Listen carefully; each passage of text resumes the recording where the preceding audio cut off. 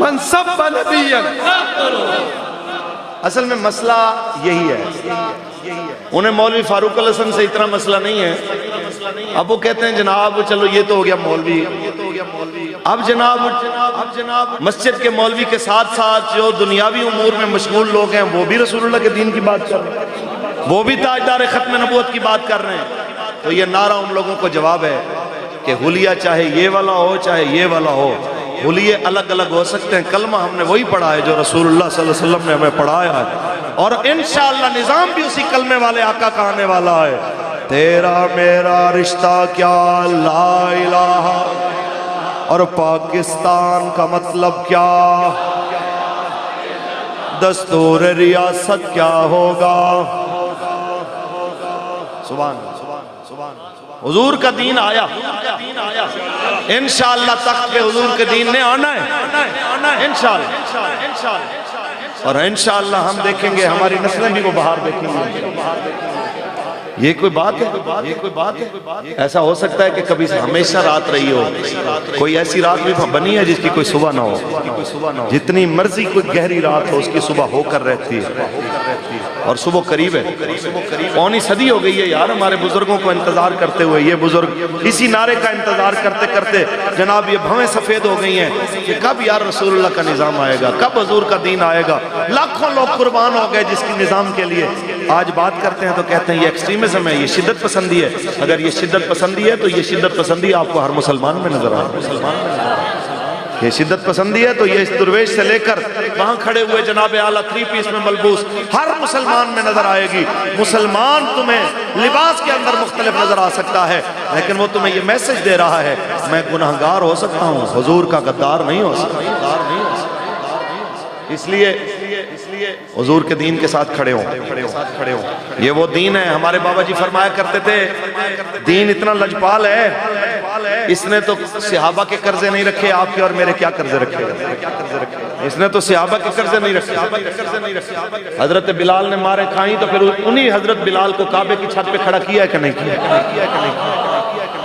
آپ اس کا تصور تو کریں نا کہ جب خانہ کعبہ کے اندر رسول اللہ اندر تشریف لے جائیں, بلال اندر ہوں, ساتھ اسامہ بن زید ہوں, اور دونوں جناب غلام, اور دونوں کو اندر لے کے میرے کریم آقا ساتھ میں مولا علی ہوں, اور میرے کریم آقا نے جناب ان 2 غلاموں کو حضرت اسامہ بن زید اور حضرت بلال کو اندر لے کے تو دروازے کو اندر سے کنڈی لگا دی ہو.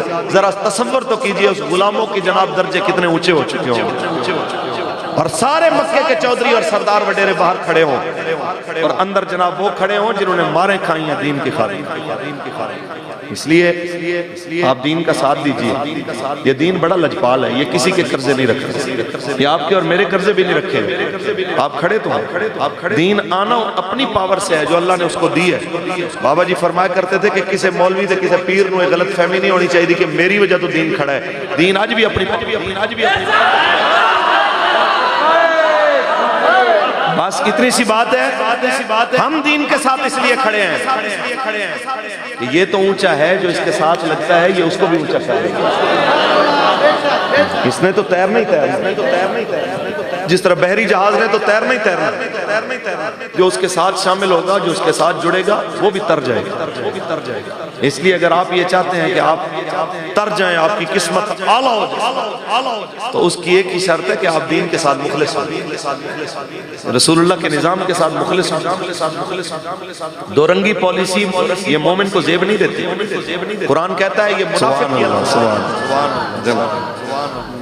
جی لبیک لبیک لبیک یا رسول اللہ, لبیک لبیک لبیک یا رسول اللہ, لبیک لبیک یا رسول اللہ, لبیک لبیک لبیک یا رسول اللہ, لبیک. تاجدار ختم نبوت من سب نبیا, کیا بات. سبحان فاقتلوا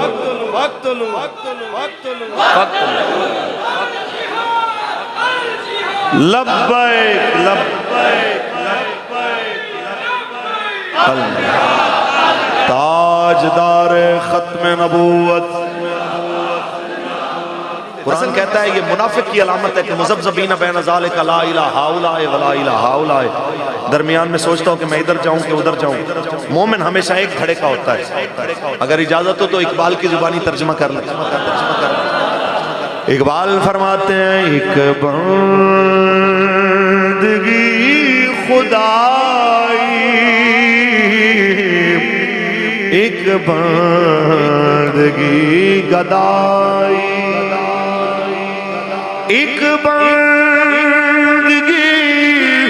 خدائی،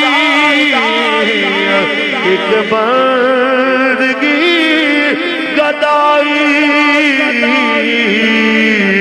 یا بندائے خدا بن، یا بندائے زمانہ، یا بندائے خدا بن، یا بندائے زمانہ، تیری نگاہ سے دل کانپتے تھے، تیری نگاہ سے دل سینوں میں کانپتے تھے، کھویا گیا ہے تجھ سے جذبے قلندرانہ، کھویا گیا ہے تجھ سے جذبے قلندرانہ۔ جنگیں کبھی بھی عددی برتری اور اسلحے کی بنیاد پہ نہیں جیتی جاتی، یہ اللہ کی مدد سے جیتی جاتی ہے۔ یار ہماری سرائکی میں اور پنجابی میں جو بندہ زیادہ بزدل ہو نا اسے کہتے ہیں کہ بھائی کراڑ ہے، یعنی بڑا ڈرپوک آدمی ہے۔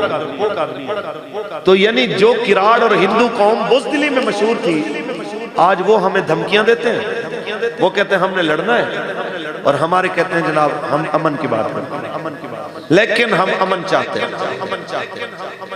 یہ وہ تکلیف دہ امر ہے۔ اقبال کہتا ہے تیری نگاہ سے دل سینوں میں کانپتے تھے، کھویا گیا ہے تجھ سے جذبے قلندرانہ۔ یار تیرے ہاتھ میں جب صرف 313 بندوں کے ہاتھ میں 8 تلواریں تھی، وہ بھی زنگ لگی ہوئی اور وہ بھی کئی ٹوٹی ہوئی، باقیوں کے ہاتھ میں سوٹیاں تھی، ڈنڈے تھے، کسی کے ہاتھ میں پتھر تھے، سامنے 1000 کا لشکر تھا، جدید اسلحے سے لیس تھا، سر سے پاؤں تک خود اور جناب اعلیٰ حفاظتی حصار میں بند تھا۔ ان حفاظتی شیلڈوں کے باوجود بھی وہ تھر تھر کانپ رہے تھے ان 8 تلواروں والوں سے۔ کس لیے؟ کہ وہ جذب قلندر سے جو ہے نا وہ معمور لوگ تھے، وہ جذب قلندرانہ سے معمور لوگ تھے۔ تیرے اندر سے وہ قلندر والا جذبہ ختم ہو گیا ہے، تو نہ حق بول سکتا ہے، نہ حق سن سکتا ہے، نہ حق برداشت کر سکتا ہے۔ پھر کہتا ہے کہ جناب میری عزت ہو۔ میں خان صاحب کی ایک پرانی تقریر سن رہا تھا، وہ کہہ رہے تھے کہ ہم سبز پاسپورٹ کی عزت بحال کریں گے، تو ہمارے حضرت صاحب نے اس وقت ہی فرمایا تھا کہ لاکھ کوشش کر کے دیکھ لو، جب اس نے 100 دن کا کہا تھا نا پہلے کہ ہم 100 دن میں یہ کریں گے، ہم بعد میں جناب یہ تعین کریں گے، آپ نے فرمایا اس کو 100 سال بھی دے دو تو یہ نظام نہیں بدل سکتا۔ اس لیے نظام تب ہی بدلا جانا ہے جب رسول اللہ کا دین آ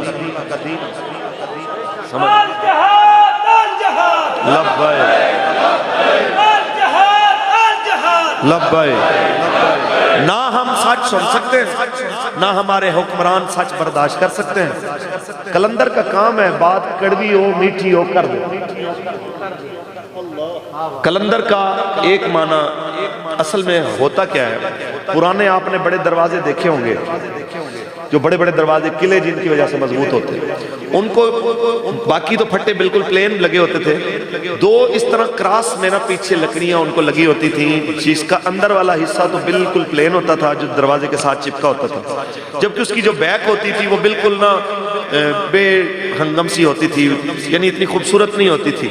تو لیکن وہ ظاہراً خوشنما نہ لگنے والی لکڑی سارے دروازے کی مضبوطی وہی ہوا کرتی تھی۔ اسی کراس والی جو لکڑی ہوتی تھی جو ایک طرف سے پلین اور دوسری طرف سے بے ہنگم سی ہوتی تھی، اسی کو فارسی میں قلندر کہتے ہیں۔ سمجھ آئے؟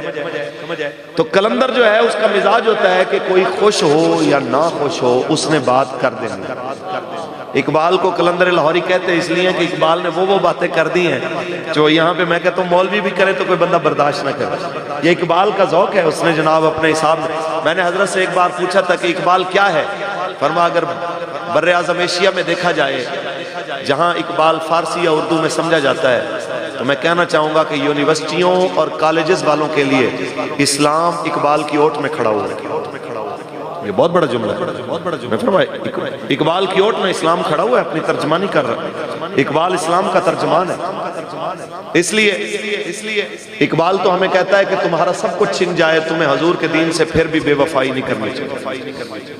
اور ہم کیا کہتے ہیں, اپنے بندے مار دو, 35 بندے لبیک والوں کے شہید کر دو, ہزاروں بندے جناب جیلوں میں ڈال دو, سینکڑوں زخمی کر دو, 20,000 بندہ مارنا پڑے مار دو.